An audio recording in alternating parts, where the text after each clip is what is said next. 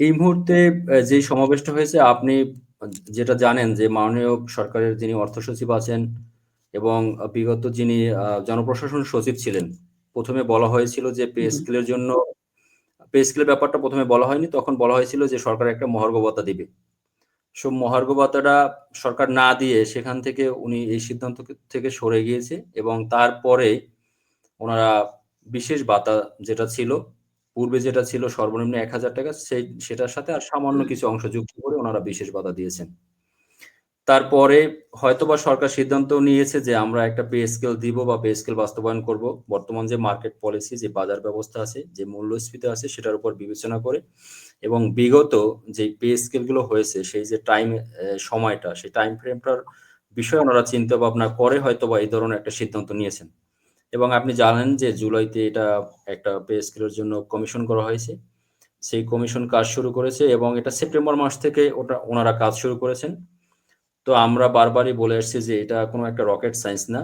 এটা আলোচনা করতে বা এটা রিফর্ম করতে এটা কমিটি গঠন করে একটা আহ, আপনার গেজেট প্রকাশ অথবা এই রিপোর্ট সাবমিট করতে 6 মাস লাগার কথা না আসলে। আপনি সেটা সবাই বুঝতে পারতেছে। তো আমরা সেখানে যারা এটা কর্মচারীরা আছে। আসলে একটা আন্তঃ মন্ত্রণালয়ের যে সম্পর্কটা রয়েছে, এটা অর্থ মন্ত্রণালয় বলি, যেখানে প্রত্যেকটা জায়গাতে কিন্তু যে রিপোর্ট বা প্রতিবেদন রয়েছে সেক্ষেত্রে বাজারের সাথে সামঞ্জস্য বলি বা হচ্ছে সময়ের সাথে সামঞ্জস্য বলি, সবকিছু মিলিয়েই কিন্তু এই সিদ্ধান্তটা নিতে হয়।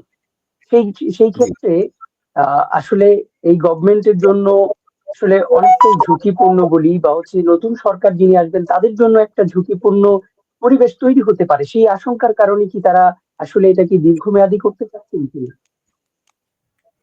না, আসলে বিষয়টা ঠিক সেই ধরনের না আপনি যেটা বলছেন।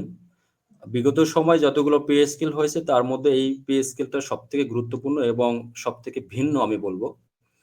পে স্কেল কমিটি হওয়ার পরে ইতিমধ্যে আপনারা জানেন যে ২০০ স্টেক হোল্ডারের সাথে ওনারা আলাপ আলোচনা করেছেন এবং সচিব কমিটি থেকে শুরু করে বিভিন্ন কমিটির সাথে ওনারা আলাপ আলোচনা করেছেন এবং যিনি অর্থ সচিব স্যার আছেন উনি আহ, বেশ ৩ থেকে ৪ সপ্তাহ আগে উনি এই পে স্কেলের ব্যাপারে কথা বলেছেন। তখন উনি বলেছেন যে আমরা বাজেট রিকনসিডার করতেছি, বাজেট নিয়ে আলোচনা করতেছি এবং এটা এই ইন্টারিম সরকারের মধ্যেই আমরা এটা বাস্তবায়ন করব এবং জানুয়ারি মাস থেকেই এটা ইমপ্লিমেন্ট শুরু হবে এবং এর যে সুবিধাটা সেটা কর্মচারীরা পাবে।